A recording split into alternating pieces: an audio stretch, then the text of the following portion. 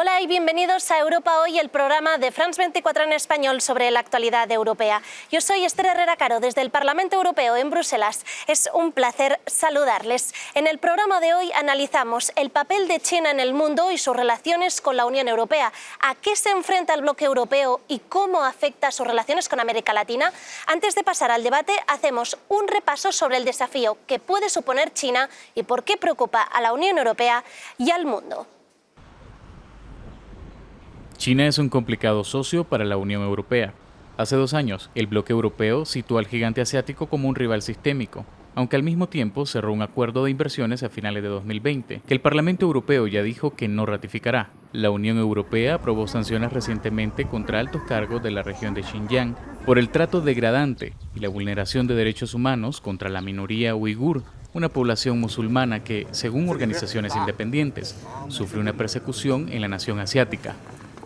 Estas sanciones provocaron tensiones entre Bruselas y Beijing, algo que no ocurría desde las manifestaciones de la plaza de Tiananmen en 1989. Los países europeos no dejan de preocuparse por los aliados que continúa ganando China a nivel mundial, la más reciente con los talibanes que dirigen ahora Afganistán. No menos importante, también influencia que mantiene en el este de Europa y con varios países de América Latina. La pandemia del coronavirus también puso en alerta a la Unión Europea, tras revelar que existe una enorme dependencia no solo en material médico, sino en tecnología. Por esta razón, Bruselas también trata de revertir la situación, apostando más por una producción europea. Y para analizar estas complicadas relaciones con China contamos con los eurodiputados Javi López del Grupo Socialdemócrata y con Jordi Cañas del Grupo Renovar Europa. Javi y Jordi, bienvenidos a Europa Hoy. Empezamos contigo, Jordi. Me gustaría preguntarte, primero de todo, ¿la Unión Europea se ha despertado demasiado tarde con China y se ha dado cuenta que es un rival sistémico, sobre todo en materia de comercio? Pues yo creo que podríamos responderte muy sencillo, sí. La Unión Europea va tarde, la Unión Europea no tiene una estrategia clara ni definida. ¿Cómo responder, más que al desafío, al reto, que significa una China cada vez más potente, una China cada vez más presente en los mercados, una China que está empezando también a querer asumir un rol político, geoestratégico y de seguridad? Y ante esa situación, repito, que no creo que tengamos que calificar de desafío todavía, sino ese reto, la Unión Europea no ha estado a la altura y no está sabiendo articular una respuesta positiva, digamos, ofensiva en el sentido positivo, frente a lo que significa una China que controla una parte muy importante de la producción global, que se ha convertido, nos hemos vuelto dependientes, sino dependientes en muchas de nuestras cadenas de suministro y muchos de nuestros productos que necesitamos en nuestra labor como economía transformadora, y eso supone un reto que lo que tenemos que hacer es dejar de pensar qué hacen los chinos, tenerlo en cuenta y sobre todo saber qué queremos hacer como europeos. Cómo respondemos ante ese crecimiento chino y esa estrategia china que se ha ido desarrollando paulatinamente en las últimas décadas y que hay que reconocer que ha conseguido sus objetivos. Javi, me gustaría preguntarte, en la rivalidad existente entre Estados Unidos y China, parece ser que la Unión Europea se quiere mantener un poco más al margen. ¿Es la estrategia adecuada? A mí me parece adecuado la estrategia que se ha ido planteando, ¿no? Con China, Europa somos aliados para los retos globales. Al mismo tiempo, combatir el cambio climático, regular la globalización. Somos competidores económicos, es un auténtico gigante económico, y somos rivales especialmente por lo que hace al sistema de gobernanza, porque representamos dos polos diferentes de gobernar. Las democracias, en nuestro caso, y en su caso estamos ante una autocracia. Y por lo que hace a la relación con Estados Unidos, que ahora ha entrado en una época de tensiones, yo creo que con Estados Unidos compartimos un paraguas por lo que hace nuestra seguridad y nuestra defensa, por lo que hace a la OTAN, ¿no? Un pilar fundamental, y obviamente es un socio estratégico para defender las democracias en el mundo. Ahora bien, debiéramos de ser capaces de tener nuestras posiciones propias, tener más capacidades en materia de seguridad y defensa y ser un amortiguador durante los siguientes años en las tensiones que puedan haber entre China y Estados Unidos. Creo que es el papel constructivo que le pertoca a la Unión Europea y además creo que haríamos un buen favor hacia el mundo si no nos colocamos de lado de una de las dos grandes potencias y favorecemos la lógica de la confrontación. Ese debiera ser, a mi modo de ver, el papel de Europa, recordando los lazos tan importantes que tenemos en el Atlántico con Estados Unidos. Los dos sois buenos conocedores de América Latina. Me gustaría preguntaros a los dos, parece ser que la Unión Europea a menudo se le critica que no ha estado suficientemente presente en el continente, que China ahora está mucho más presente. ¿Ha sido China más rápida o la Unión Europea no ha actuado suficiente? Bueno, lamentablemente tengo que afirmar con rotundidad que América Latina no es una prioridad para el conjunto de la Unión Europea. Es una prioridad para algunos de los países de la Unión Europea, pero no para el conjunto de sus instituciones, más allá de la retórica. Y a los hechos me remito. Ahora mismo tenemos paralizados un gran acuerdo, como es el acuerdo con la Unión Europea-Mercosur, un acuerdo de asociación política, comercial y estratégica que está siendo paralizado por los intereses de algunos países. Estamos convirtiéndonos en un actor político y comercial,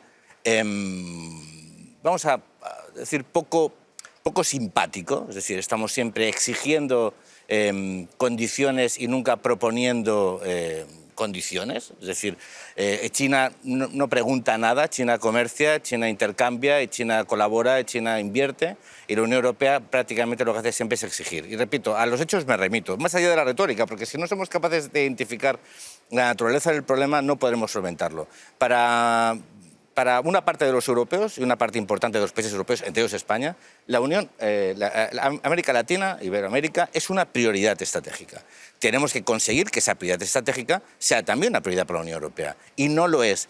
Eso es un gravísimo error, porque estamos cediendo todo el espacio a China, igual que la naturaleza odia el vacío, en la política internacional, en la geopolítica y la política comercial, la naturaleza odia el vacío. Y cuando alguien abandona un espacio, alguien lo ocupa. La Unión Europea no está ocupando el espacio que le corresponde, no está trabajando adecuadamente, tiene una estrategia muy difusa. Mire, les pongo un ejemplo. En la toma de posesión de von der Leyen no citó a América Latina entre sus prioridades. En la estrategia comercial de la Unión Europea, América Latina no tenía un capítulo específico. Por lo tanto, lo que tenemos que hacer es ser capaces de convencer al conjunto de los países de la Unión Europea y al conjunto de las instituciones, también a la Comisión, de que el refuerzo de las relaciones con América Latina es clave, que el refuerzo de las relaciones comerciales, pero también de asociación, políticas y de cooperación es clave, porque tenemos retos comunes, retos compartidos. La mayoría de los países latinoamericanos son democracias, China no lo es, y sin embargo, en finales de diciembre del año pasado, la Unión Europea, encabezada por Merkel y Macron, acordaron un acuerdo de inversión con China, sin tener en cuenta que es una dictadura de partido único, no es una autocracia, no es una dictadura de partido único. Cuidado. Que no respeta muchos de los derechos humanos, que incumple la mayoría de los acuerdos de la OIT. Es decir, y eso mismo se lo estamos exigiendo al Mercosur y a democracias, países que cumplen la mayoría de los acuerdos de la OIT, países que están comprometidos con el cambio climático, que han firmado los acuerdos de París. Es decir, somos fuertes con los débiles y débiles con los fuertes. Pues eso tiene que cambiar, porque para la Unión Europea, América Latina, Iberoamérica, Hispanoamérica, tiene que ser una prioridad geopolítica y económica, además de cultural, estratégica en el futuro. Javi, ¿estás de acuerdo con Jordi? Sí, en líneas generales estoy de acuerdo con lo que dice Jordi. Tenemos pendiente 3 acuerdos de asociación, 2 para renovar, Chile y México muy relevantes, y Mercosur, que sería el más importante que nunca ha firmado la Unión Europea. Y eso está bastante paralizado. Y durante los últimos 5 años el diálogo a primer nivel, digamos, a nivel de primeros ministros y presidentes, ha estado paralizado, muy enredado todas las relaciones por la grave crisis que vive Venezuela. Mientras tanto, ¿qué ha pasado? Durante los últimos 10 años, China ha multiplicado el comercio con América Latina por 26. 26.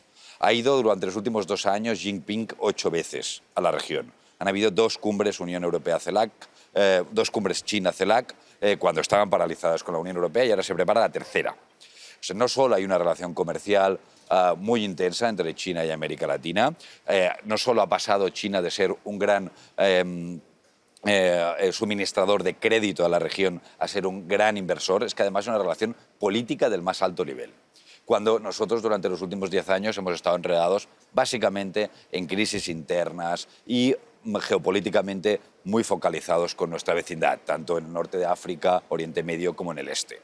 Y como bien explicaba Jordi, América Latina es un socio estratégico en una zona ahora mismo, un espacio de alta competición geopolítica entre grandes poderes. Europa puede encontrar un socio fiable en América Latina, con valores compartidos, con vínculos históricos, culturales, y que además representamos, en términos generales, una misma forma de ver el mundo, desde la democracia, el multilateralismo, la voluntad de una gobernanza inclusiva, una globalización con normas, una agenda común. Y desaprovechamos una oportunidad porque cuando antes hablaba sobre capacidades propias y posiciones propias, ¿no?, algo que lo denominamos autonomía estratégica en el mundo, también significa alianzas propias. Y con América Latina tenemos una potencial alianza de primer nivel. Sí, yo creo que corremos el riesgo en la Unión Europea el riesgo de una especie de aislamiento voluntario, ¿no? A veces detrás de conceptos como soberanía estratégica se oculta un proteccionismo verde, en este caso, un proteccionismo que parece lanzar un mensaje de miedo a competir, defensivo, y creo que la Unión Europea tiene todas las capacidades para asumir un liderazgo global. A mí me gustaría que Europa fuera el tercer polo del nuevo multilateralismo global, es decir, Estados Unidos, China, pero también la Unión Europea.